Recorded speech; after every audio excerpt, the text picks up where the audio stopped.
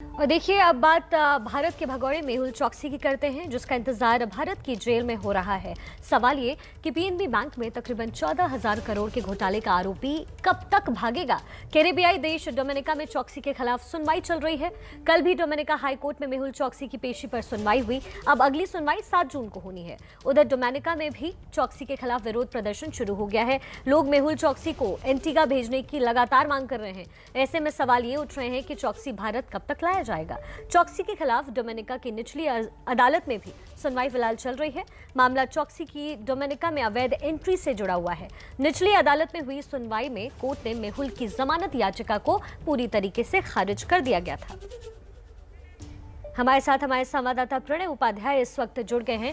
प्रणय, लगातार तारीख पे तारीख मिल रही है, देश को इंसाफ कब मिलेगा और क्या कानूनी प्रक्रिया है और कौन सा वो पेच है जहां ये पूरा मामला अटका हुआ है?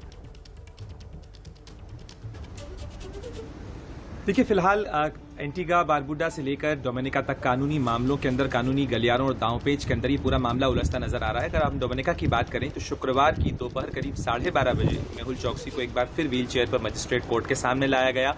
कोर्ट की सुनवाई के दौरान अदालत ने यह कहा कि 7 जून तक चाइना डोमिनिका फ्रेंडशिप हॉस्पिटल में जहां अभी भी मेहुल चौकसी है वहीं उसे बरकरार रखा जाएगा और उसके बाद उसे 7 जून को पेश किया जाएगा।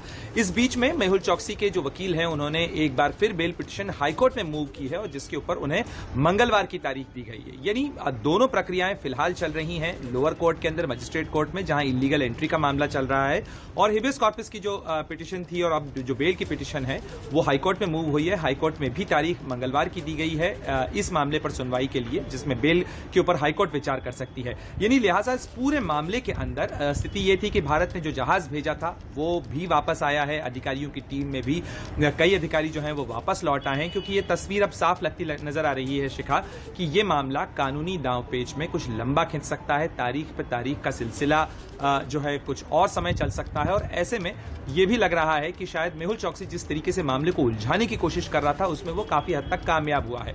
लेकिन फिर भी भारत के लिए उम्मीद इस चीज को लेकर है शिखा, क्योंकि डोमिनिका सरकार ने कहा है कि उसे अदालत की कार्रवाई में जो एफिडेविट फाइल किए हैं डोमिनिका सरकार ने, उसमें उन्होंने साफ किया है कि उन्हें इस बात पर कोई आपत्ति नहीं है कि उसे अगर भारत भेजा जाता है, डिपोर्ट किया जाता है या एक्स्ट्राडाइट किया जाता है तो।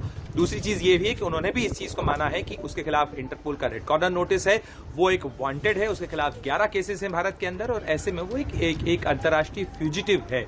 सवाल यह है कि उसे एंटीगा बारबुडा भेजा जाता है या डोमिनिका भेजा जाता है। जो विरोध प्रदर्शन हुए हैं हाईकोर्ट के बाहर या कल अदालतों के बाहर डोमिनिका में, उसमें लोगों का यही कहना था कि इस मामले से डोमिनिका को दूर रहना चाहिए और इस व्यक्ति को वहां भेजा जाना ही चाहिए जहां का ये नागरिक है। इसलिए कैरेबियाई देश एंटीगा बारबुडा इस चीज का फैसला करे कि उसे कहां भेजा जाना है, क्योंकि ये उनका नागरिक है और डोमिनिका से इसे बाहर तत्काल भेजा जाना चाहिए। जी शिखा जी, बहुत शुक्रिया प्रणय इस तमाम जानकारी के लिए। तो कैरेबियाई देश में इस वक्त जो कानूनी प्रक्रिया चल रही है, सबसे बड़ा सवाल यही कि क्या ये प्रक्रिया और लंबी हो सकती है, क्या मेहुल चौकसी की वापसी पर सवाल खड़े होते हैं।